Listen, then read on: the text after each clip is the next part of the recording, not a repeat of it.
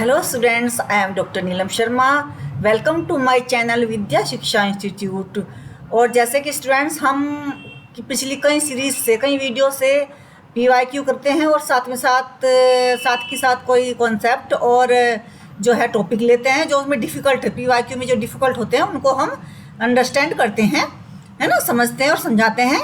तो स्टूडेंट्स उसी श्रेणी में दो और रह गए थे हमारे एक्शन रिसर्च और जो पिछले क्वेश्चंस में रह गए थे। पहले से लेकर 40 तक के जो क्वेश्चन थे 2023 फर्स्ट शिफ्ट के क्वेश्चन जो थे उनमें दो कठिन जो हमारे पास टॉपिक थे, एक एक्शन रिसर्च, दूसरा कोरिलेशन। बाकी मैंने करा दिया आपको, है ना, 4-5 थे लेकिन बाकी मैंने आपको करा दिए हैं। अब कोरिलेशन रिसर्च क्या होती है? कोरिलेशन रिसर्च को जानने से पहले हमें ज़रूरी है जानना कि कोरिलेशन क्या होता है। Correlation is a statistical measure to calculate relationship or association between two variables. It also measures the direction and extent of relationship among variables. For example, to check if there is a significant correlation between age x, age को मान लेते हैं हम x, and immunity इसको मान लेते हैं y.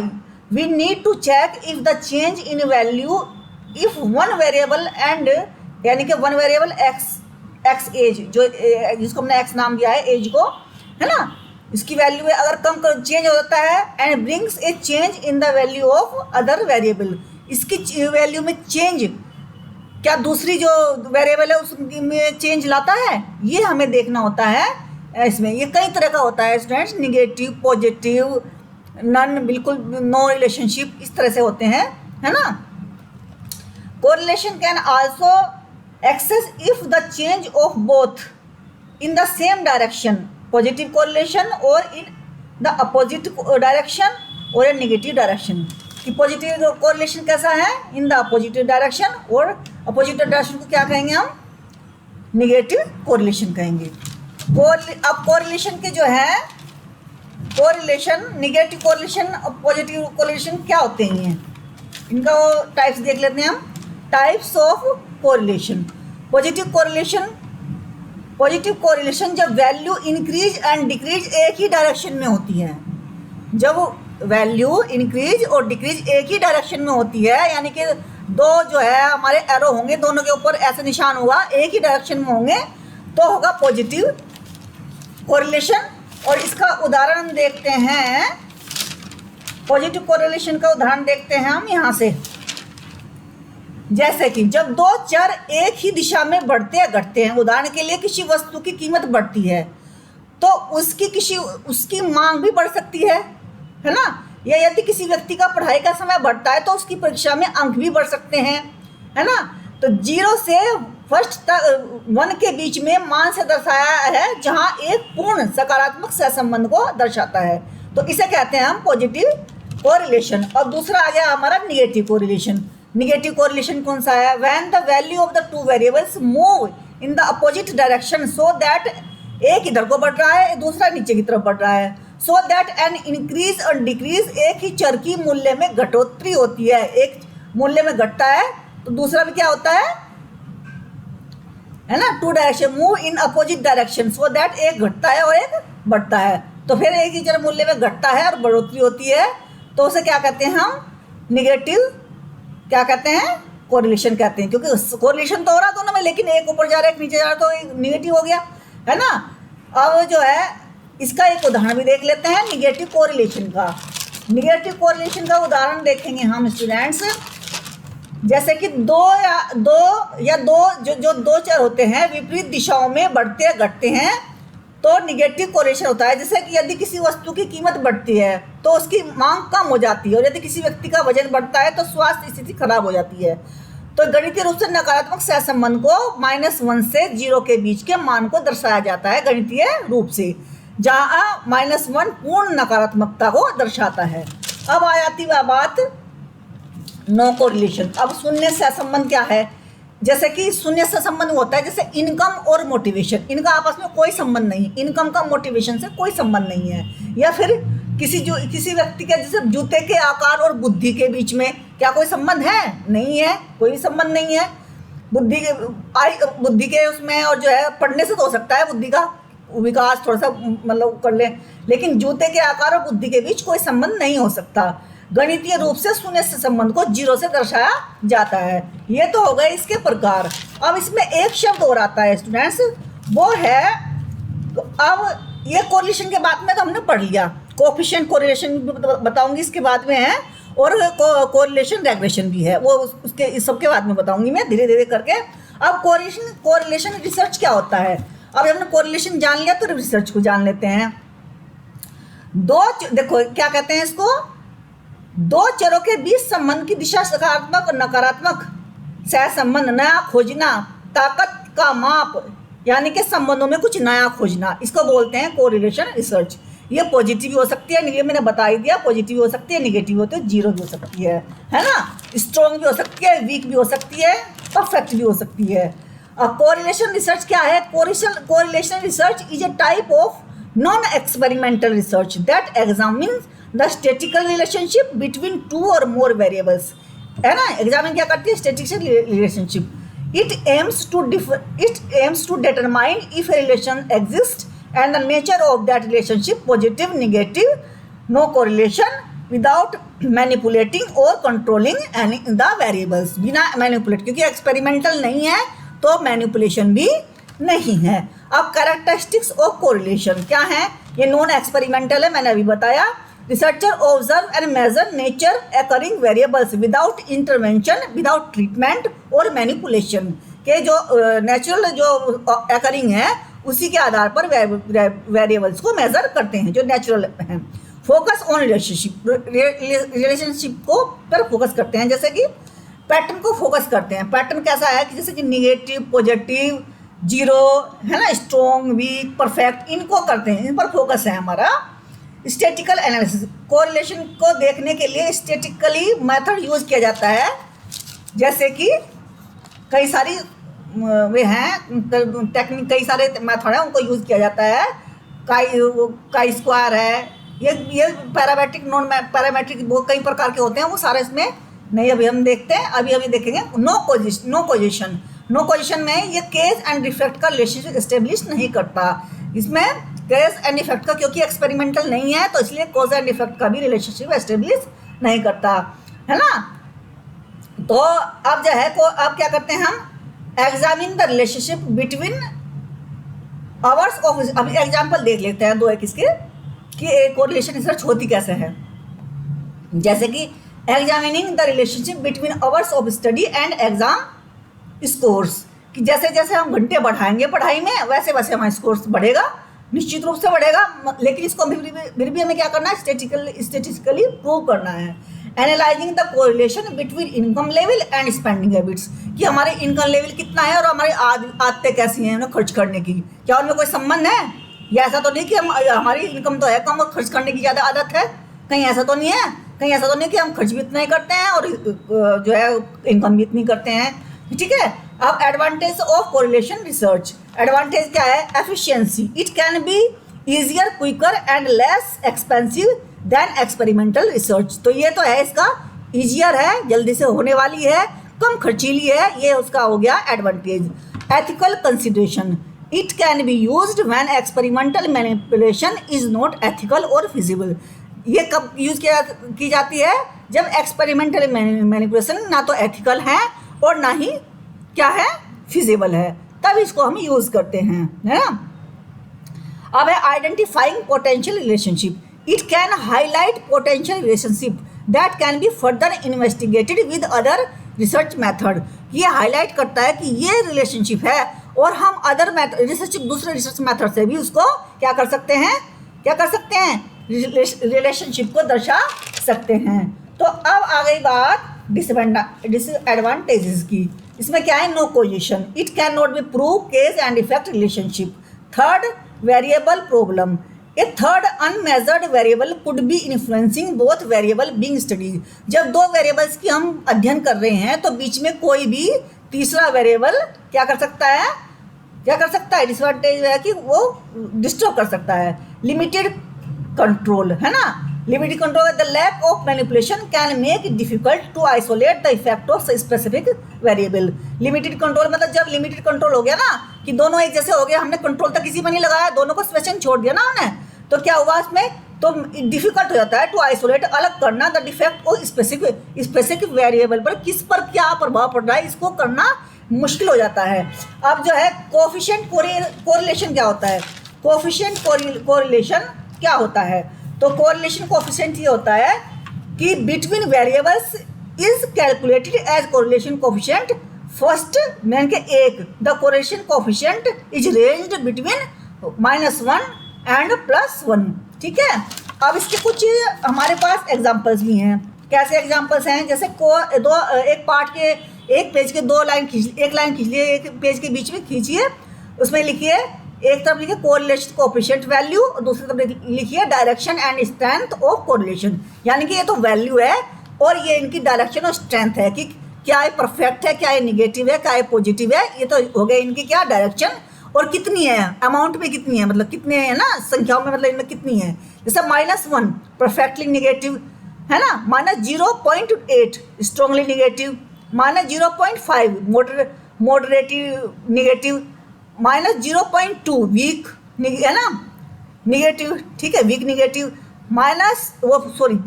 Zero में आ गया नो एसोसिएशन नो रिलेशनशिप, फिर है 0.2 weekly positive, 0.5 moderating positive, 0.8 strongly positive और 1 परफेक्टली पॉजिटिव। ये आपको बहुत ही इम्पोर्टेंट, ये जो है क्या नाम, ये जो मैंने आपको बताया है वैल्यू और इसके जो डायरेक्शन है, स्ट्रेंथ है, ये बहुत ही इम्पोर्टेंट है।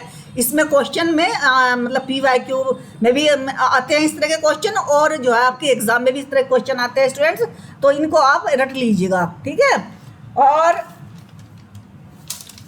अधिक जानकारी आपको जो है स्टैटिस्टिक्स में मिलेगी जब स्टैटिस्टिक्स आएगा, और इससे ज़्यादा जानकारी। तो ये हो गया हमारे कुछ थोड़े से कोरिलेशन के बारे में और इसके बारे में, कोएफिशिएंट के बारे में। अब एक शब्द और आता है स्टूडेंट्स में, कोरिलेशन रेग्रेशन। अब ये क्या चीज़ होती है, कोरिलेशन रेग्रेशन। कोरिलेशन को समझने में कोरिलेशन रेग्रेशन क्या होती है, कोरिलेशन हो गया, कोरिलेशन रिसर्च हो गई, कोरिलेशन कोएफिशिएंट हो गया। अब ये कोरिलेशन रेग्रेशन क्या है, कोरिलेशन रेग्रेशन ये है, प्रतिगमन ये बताता है कि एक चर दूसरे चर को कैसे प्रभावित करता है, या एक चर के मान के आधार पर दूसरे चर के मान का अनुमान कैसे लगाया जा सकता है। जैसे उदाहरण के लिए देखो, प्रतिगमन एक या एक से अधिक स्वतंत्र चर और एक आश्रित चर के बीच का संबंध को अध्ययन करने की सांख्यिकीय विधि है ना। उदाहरण जैसे कि प्रतिगमन विश्लेषण का उपयोग यह अनुमान लगाने के लिए किया जाता है कि किसी व्यक्ति की शिक्षा का स्तर उसके वेतन को कैसे प्रभावित करता है। यानी कि कोई है BTC, तो वो किसको पढ़ाएगा, प्राइमरी लेवल को, तो वे वेतनमान को प्रभावित करेगा नहीं करेगा ना, उसका कम होगा। जो अच्छा ज़्यादा मान लीजिए कोई नेट क्वालिफाई है या B.Ed है, MAD, तो उसके आधार पे जो है, उसके स्तर के आधार पे ही उसका वेतनमान की बढ़ोतरी होती है, होनी भी चाहिए, बढ़ोतरी होती है। तो इन सब चीज़ों को हम कहते हैं प्रतिगमन, कि व्यक्ति की शिक्षा का स्तर उसके वेतन को कैसे प्रभावित करता है, पॉजिटिवली प्रभावित करना चाहिए, है ना। प्रतिगमन विश्लेषण का, लेकिन ये उसमें रिसर्च में ये नहीं देखा जाए होना क्या चाहिए, है ना, हमें क्या देखना है। प्रतिगमन विश्लेषण का उपयोग करते समय ये निर्धारित करना महत्वपूर्ण है कि कौन सा चर स्वतंत्र है, कौन सा आश्रित। तो दो चर हो गए ना, तो हमें ये जो है हमारे पास पहले से निश्चित रूप से होना चाहिए कि कौन सा, जैसे कि इसमें व्यक्ति शिक्षा का स्तर जो है डिपेंडेंट है और वेतनमान जो है डिपेंडेंट है, कि वेतनमान बढ़ रहा घट रहा तो वो उस पर डिपेंड है। ठीक है, उदाहरण, हम एक ऐसी प्रतिगमन समीकरण स्थापित कर सकते हैं जो अध्ययन के घंटे के आधार पर परीक्षा में अंक का अनुमान लगा सकते हैं। यहाँ भी परीक्षा में जो अंक जो है डिपेंडेंट वेरिएबल है, और जो है अध्ययन के घंटे जो है इंडिपेंडेंट, उसमें हम घटा और बढ़ा सकते हैं।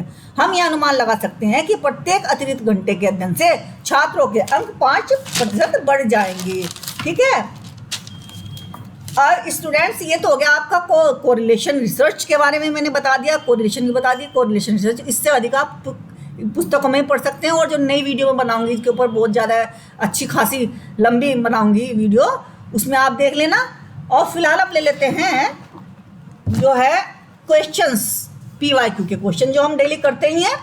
तो 40 क्वेश्चन हैं हमारा, आइडेंटिफाई द करेक्ट स्टेटमेंट, है ना। 40 तक हमने करा दिए थे, अब आ गया हमारे पास 41 which of the following emphasis on the teachers of undertake और promote research experiment and innovation in higher technical and management education. तो किसने कहा था कि निम्नलिखित में से किसने इस बात पर बल दिया था कि शिक्षक शोध, प्रयोग तथा नवाचार को उच्च तकनीकी तथा प्रबंधन शिक्षा में प्रयोग या प्रोत्साहित करें। तो स्टूडेंट 4 ऑप्शन इसमें दिए गए हैं, secondary education commission, Kothari education commission, national policy of education on education 1986 और नेशनल करिकुलम फ्रेमवर्क 2005। तो इनमें से स्टूडेंट्स जो सही है वो है नेशनल पॉलिसी ऑन एजुकेशन 1986। क्यों है? इसी में बताया गया था कि शिक्षण, शोध, प्रयोग तथा नवाचार को उच्च तकनीकी तथा प्रबंधन शिक्षा में प्रोत्साहन राष्ट्रीय शिक्षा नीति 1986 द्वारा दिया गया था। फिर आ जाती है बात ट्रांसडक्टिव रीजनिंग। ट्रांसडक्टिव रीजनिंग क्या होती है? तो ये होती है proceed from particular to inductive deductive. अब एक नई भी ये है, नई है, आपको नई लग रही होगी, नया शब्द आया है ट्रांसडक्टिव रीजनिंग। ये है proceeds from particular to particular. ठीक है, इसमें क्या होता है? आगमन में तो पता ही आपको विशेष से सामान्य की ओर, निगमन में सामान्य से विशेष की ओर। अब ये है, इसका तात्पर्य है कि दो अलग अलग घटनाओं के बीच संबंध बनता है। लेकिन क्या बनता है? जब कोई बच्चा विशिष्ट से विशिष्ट की ओर तर्क करता है, विशिष्ट से विशिष्ट की ओर तर्क करता है, तब ये होती है ट्रांसडक्टिव। अब आ गई बात, here are given description of do's don'ts in a counseling. Identify the statement which is are relevant in the context of counseling session. Supposing your role as counselor, therein select the correct answer. आप counselling कर रहे हैं किसी बच्चे की, किसी व्यक्ति की, और आप काउंसलर हैं, तो आप किसको आप जो है क्या करेंगे? उसको जो काउंसलिंग करेंगे तो आप कैसे करेंगे, किन किन बातों का ध्यान रखेंगे? Have a chair for counselling ready beside your desk to table, ये करेंगे। Give the counselling a chance to pause and think it he or she wants, परामर्शदार्थी यदि चाहे तो उसे ठहर कर सोचने का अवसर देंगे। या फिर ask question which can be answered with yes और नो, या ऐसे प्रश्न पूछिए जिनका हाँ अथवा ना में उत्तर दिया जा सके। आस्क क्वेश्चन बी है, ask question that call for discussion और explanation that brings out how the counsellor feels about something. ऐसे प्रश्न पूछिए जिनमें चर्चा अथवा स्पष्टीकरण की आवश्यकता हो, जिससे इन विषयों पर परामर्शार्थी की भावनाएं प्रकट हो सके। फिर है E, ignore question that call for direct answer और give the counsellor the solution for his her problem. ऐसे प्रश्नों को अनदेखा करें जिसमें प्रत्यक्ष उत्तर आवश्यक हो, या जो परामर्शार्थी को उसकी समस्या का समाधान दे। तो स्टूडेंट इसमें जो है सबसे पहले जब काउंसलर और काउंसलिंग होते हैं तो आसपास बैठते हैं। तो पहला तो ऑप्शन सही हो गया, have a chair for counsellor ready beside your desk to table. है, दूर नहीं, आमने सामने नहीं, दूर नहीं, आसपास ही हम बैठाएंगे। Give the counselling a chance to pause and think, उसे थोड़ा समय देंगे कि वो अपनी प्रॉब्लम को सोचे, समझे, और फिर हमें सोचे उस प्रॉब्लम के बारे में, थोड़ा सा थिंक करे और फिर हमें बताए, तो थोड़ा समय देंगे उसको। फिर है ask question that call for discussion और explanation that brings out how the counsellor feels about something, कि वो अपनी समस्या के बारे में क्या सोचता है, उससे निकलवाएंगे। ठीक है, फिर जो है 3 हो गए, ए, बी और डी। ठीक है, ए, बी और डी, तो ये हमारा हो गया बी सही। फिर अकॉर्डिंग टू जे कृष्णमूर्ति, ये तो हम करेंगे नहीं क्योंकि इसमें हम सही से वो नहीं कर पा रहे कि कौन सा सही है। फिर आ गया आपका 46, arrange the following step involve in testing of hypothesis from initial to final phase. तो इसमें दिए गए हैं 5 options. Setting up of the alternative hypothesis, choosing the appropriate level of significance, setting up of the null hypothesis, decision making, computing the test statistic। तो इसका जो answer है क्या होगा इनमें से? वैकल्पिक परिकल्पना की स्थापना करना, सार्थकता का उपयुक्त स्तर चुनना, शून्य परिकल्पना की स्थापना करना, निर्णयन करना, प्रक्रिया करना, परीक्षण आंकड़े का अभिकलन करना। तो पहला होगा हमारा कौन सा? हमारा होगा सबसे पहले हम करेंगे setting up of the null hypothesis, पहले नल शून्य परिकल्पना की स्थापना करेंगे। फिर होगा हमारे पास आएगा A, setting up of the alternative hypothesis, फिर करेंगे हम B, choosing the appropriate level of significance, फिर करेंगे हम E, computing the test static, कौन सी स्टैटिक्स यूज करेंगे, फिर डी ये इनका डिसीजन मेकिंग, अंत में हमारा डिसीजन मेकिंग लिया जाएगा। तो ये क्वेश्चन का ये आंसर है। According to Freud there are only, कौन से हम 1 इंस्टिक्ट मानते हैं, ये 2 इंस्टिक्ट मानते हैं, 3 इंस्टिक्ट मानते हैं या 4 इंस्टिक्ट मानते हैं। तो स्टूडेंट्स इसमें तो 4 ऑप्शन है, एक बार में आप समझ गए होंगे कि 1 मूल प्रवृत्ति, 2 मूल प्रवृत्ति, 3 मूल प्रवृत्तियाँ या 4 मूल प्रवृत्तियाँ। तो इनका मानना है कि 2 मूल प्रवृत्तियाँ होती हैं। कौन सी होती हैं? व्यक्ति के चेतन और चेतन मन में सभी विचार व्यक्ति के अचेतन मन से ही आते हैं। फ्रायड व्यक्ति के इस मन के केंद्र के रूप में स्वीकार करते हैं, इसे बहुत महत्व देते हैं। क्या है मूल प्रवृत्ति के 2 प्रकार? इरोज यानी कि जीवन, और थैनेटास यानी कि मृत्यु। इनके अनुसार 2 हैं। फिर है knowledge commission focused on which of the following की एरियाज। नॉलेज ज्ञान आयोग जो है किस पर फोकस किया है, किन की एरियाज हैं जिन पर उन्होंने फोकस किया है, क्या किस पर किया है? 5 ऑप्शंस दिए गए हैं, इनमें से आपको चूज करना है।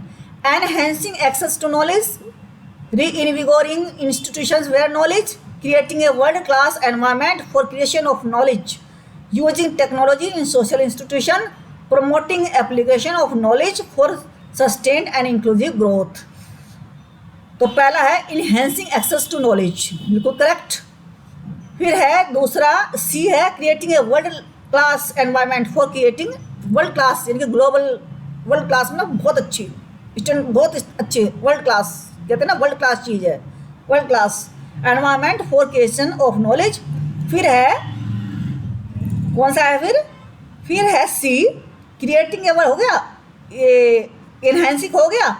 फिर reinvigorating institution where knowledge concept are imparted, ज्ञान अवधारणा को प्रदान करने वाली संस्थाओं में पुनः ज्ञान फूंकना। ठीक है, ये हो जाएगा ए बी सी। और अब हो गया E, promoting application of knowledge for sustain and inclusive growth. ठीक है, टिकाऊ व समावेशिक विकास हेतु ज्ञान के अनुप्रयोग का संवर्धन। फिर नेक्स्ट क्वेश्चन है 49, the responsibility of all around the development of a child in a campus of inclusive school is to be shared equally by, कि समावेशी विद्यालय के परिसर में बच्चों के समग्र विकास का उत्तरदायित्व समान रूप से साझा किया जाना चाहिए। किसके द्वारा साझा किया जाना चाहिए? स्पेशल टीचर और मेडिकल सर्टिफिकेशन होना चाहिए, या B head teacher and counsellor, C the school and parents, D subject teacher and sport teacher, E subject teacher and special teacher. तो स्टूडेंट सबसे पहले ये तो हमारा मेडिकल सर्टिफिकेशन स्पेशल टीचर के साथ डॉक्टर कभी नहीं रहते हैं कॉलेज के अंदर, ये तो हमारा गलत है। हेड टीचर एंड काउंसलर ये सही है ना। द स्कूल एंड पेरेंट्स, क्योंकि पेरेंट्स भी उसमें थोड़ी थोड़ी हमारी हेल्प करते हैं, ये भी सही है। Subject teacher and sport teacher खेल में उनके साथ रहते हैं। ठीक है, सब्जेक्ट टीचर भी होते हैं जो उनको पढ़ाते हैं, और स्पोर्ट टीचर भी होते हैं क्योंकि उनको भी इंक्लूसिव एजुकेशन में उनको भी खिलाते हैं, और जो है उनको भी दोनों तरह के बच्चों को उनको स्पोर्ट्स में बच्चों को खेलने के लिए सामान देते हैं और खेलने की प्रैक्टिस भी कराते हैं। Subject teacher and special teacher और सब्जेक्ट टीचर, ये सही है। तो हमारा ऑप्शन डी सही है, बी सी डी और ई। फिर है क्वेश्चन 50, रिलेटिव डेप्रीवेशन, सापेक्ष वंचन सिद्धांत, बी में है द्वंद्व सिद्धांत, सी में है संरचनात्मक प्रकार्यवाद, और डी में है राजनीतिक सिद्धांत। और ये रिलेटिव डेप्रीवेशन थ्योरी के सामने है इट बिलीव्स। अच्छा, मैं आपको जो है सही बता देती हूँ कि सही का क्या है। अच्छा, इसका क्वेश्चन का आंसर है सापेक्ष वंचन सिद्धांत का। तो तात्पर्य यह है कि जो इसमें है कि सामाजिक द्वंद्व, ये जो है इसका जो है सामाजिक द्वंद्व का कॉन्फ्लिक्ट थ्योरी का आपने पढ़ी भी होगी। कॉन्फ्लिक्ट थ्योरी में क्या है कि इसमें एक विश्वास है कि सामाजिक द्वंद्व का उदय तब होता है जब कोई एक सामाजिक समूह अपने परिवेशी समूह की तुलना में स्वयं को बुरी अवस्था में महसूस करता है। तो द्वंद्व है कार्ल मार्क्स की द्वंद्व थ्योरी है, द्वंद्वात्मक थ्योरी है ना, मार्क्स के समूह चिंतन का आधार ही है ये द्वंद्व थ्योरी। तो ये तो हो गया इसका विश्वास है कि सामाजिक है ना। और पॉलिटिकल थ्योरी का हो जाएगा यह स्वतंत्रता, समता और न्याय आदि जैसी अवधारणाओं के अर्थ को स्पष्ट करता है। ये आ जाएगा पॉलिटिकल थ्योरी में करते हैं ना, समानता का अधिकार, स्वतंत्रता का अधिकार, पॉलिटिकल साइंस में तो पढ़ाते हैं। स्ट्रक्चरल फंक्शनलिज्म ये आ गया थोड़ा सा सामाजिक में। और ये करता, इसका विश्वास है कि शिक्षा जैसे किसी भी प्रमुख एजेंसी का उद्देश्य बच्चों व किशोरों का सामाजिक, मैंने बताया ना थोड़ा समाज से संबंधित है ये स्ट्रक्चरल फंक्शन, उसी का एक पार्ट है, उसी में आई हुई है ये कॉन्सेप्ट। तो बच्चों व किशोरों को सामाजिक बनाना है इसका स्ट्रक्चरल फंक्शनलिज्म का। अब एक रह गई आपकी रिलेटिव डेप्रिवेशन। इसमें आ जाती है कि यह जो सिद्धांत क्या करता है, इसका विश्वास इसका है कि सिद्धांत नहीं, द्वंद्व का तो हो गया, ये द्वंद्व का तो हो गया, पहले का तो हो गया थर्ड यानी कि रिलेटिव डेप्रिवेशन का तो हो गया। It believes that social conflicts arise when A social group feels that it worse, ये हो गया ना रिलेटिव सापेक्ष वंचन का सिद्धांत, कि सापेक्ष वंचन का एक को अधिक सुविधा दी जा रही है, दूसरे को अधिक दी जा रही है। कॉन्फ्लिक्ट थ्योरी का है यह सिद्धांत, मार्क्सवाद से सर्वाधिक जोड़ा जाता है, ये है इसका। और पॉलिटिकल का ये हो गया जिसमें हमारी स्वतंत्रता, समता और न्याय आदि का उल्लेख किया गया, ये है। और स्ट्रक्चरल फंक्शनलिज्म का है शिक्षा जैसा किसी भी प्रमुख एजेंसी का उद्देश्य, मतलब एजेंसी होगी ना स्ट्रक्चरल फंक्शनलिज्म, जो बनाई गई हैं, मतलब विभिन्न हमारी बनाई गई हैं ना क्या एजेंसियाँ, उनका क्या काम है, ये एजेंसियों के बारे में बताया गया है इसमें, इस कॉन्सेप्ट में, इस जो टॉपिक है ये स्ट्रक्चरल फंक्शनलिज्म इसमें। तो इसका विश्वास है कि शिक्षा जैसे किसी भी प्रमुख एजेंसी का उद्देश्य बच्चों व किशोरों को सामाजिक बनाना है। तो सी का है फर्स्ट, ये इसका है। तो स्टूडेंट्स हमारे 50 क्वेश्चंस हो गए, 10 क्वेश्चन नेक्स्ट में लेंगे। अभी हमारा पिछले 40 से लेकर 50 तक के बीच में जो डिफ़िकल्ट कॉन्सेप्ट है हमारे पास में और टॉपिक है वो है एक्शन रिसर्च है। एक्शन रिसर्च की जितनी भी कॉन्सेप्ट है वो क्लियर कराऊंगी और एक्शन रिसर्च को कराऊंगी, और एक और है उसको कराऊंगी, ठीक है। तो इसमें कोई जो डिफ़िकल्ट वर्ड आया है आज तक के 10 क्वेश्चन में, उनमें से मैं देख लूँगी कि कौन सी जो है डिफ़िकल्ट हमारे कॉन्सेप्ट है और कौन सा टॉपिक है। अभी मैं शॉर्ट में पढ़ा रही हूँ आपको, जो टॉपिक पूरा नहीं पढ़ा रही हूँ। आगे जब ये पूरे क्वेश्चन हमारे 100 तक हो जाएंगे, 100 तक हो जाएंगे, उसके बाद मैं आपको टॉपिक वाइज लूँगी। पहले मुझे इन्हें 100 तक करना है, 25 दिसंबर का भी कराने हैं, है ना। और जून के जो क्वेश्चन हैं जून वाले भी कराने हैं। तो अभी तो हम 2023 फर्स्ट शिफ्ट के क्वेश्चन पर ही हैं। तो इनके सारे क्वेश्चंस कराने के बाद 100 तक कराने के बाद फिर मैं एक बड़ा टॉपिक को बहुत बड़े तरीके से बताऊंगी, काफ़ी एलाबोरेट करके एक्सप्लेन करके अच्छे तरह से बताऊंगी। अब तो जो बीच बीच में जो आ रहे हैं कॉन्सेप्ट, उनको कॉन्सेप्चुअल क्लैरिटी में देख रही हूँ, जो बीच बीच में आपके पीवाई के बीच में जो कॉन्सेप्ट थोड़ी हार्ड से आ जाती है उसको मैं समझा रही हूँ, फिर थोड़ा थोड़ा करके बता रही हूँ, ठीक है। तो स्टूडेंट्स अपने पेरेंट्स को क्या करेंगे, आप अपने पेरेंट्स का रेस्पेक्ट कीजिए, अपने टीचर का रेस्पेक्ट कीजिए, अपनी सेहत का ख्याल रखिए। और यूजीसी नेट जिन्होंने पेपर दे दिए हैं यूजीसी नेट के, जिनके हो चुके हैं, और नेक्स्ट के लिए दिसंबर के लिए तैयारी कीजिए और पूरे मन से कीजिए, आप निश्चित रूप से सफल होंगे। और कोई वो डिफ़िकल्टी हो तो वो भी आप बता सकते हैं, आपको कमेंट सेक्शन में कमेंट कर सकते हैं, ठीक है। Bye bye.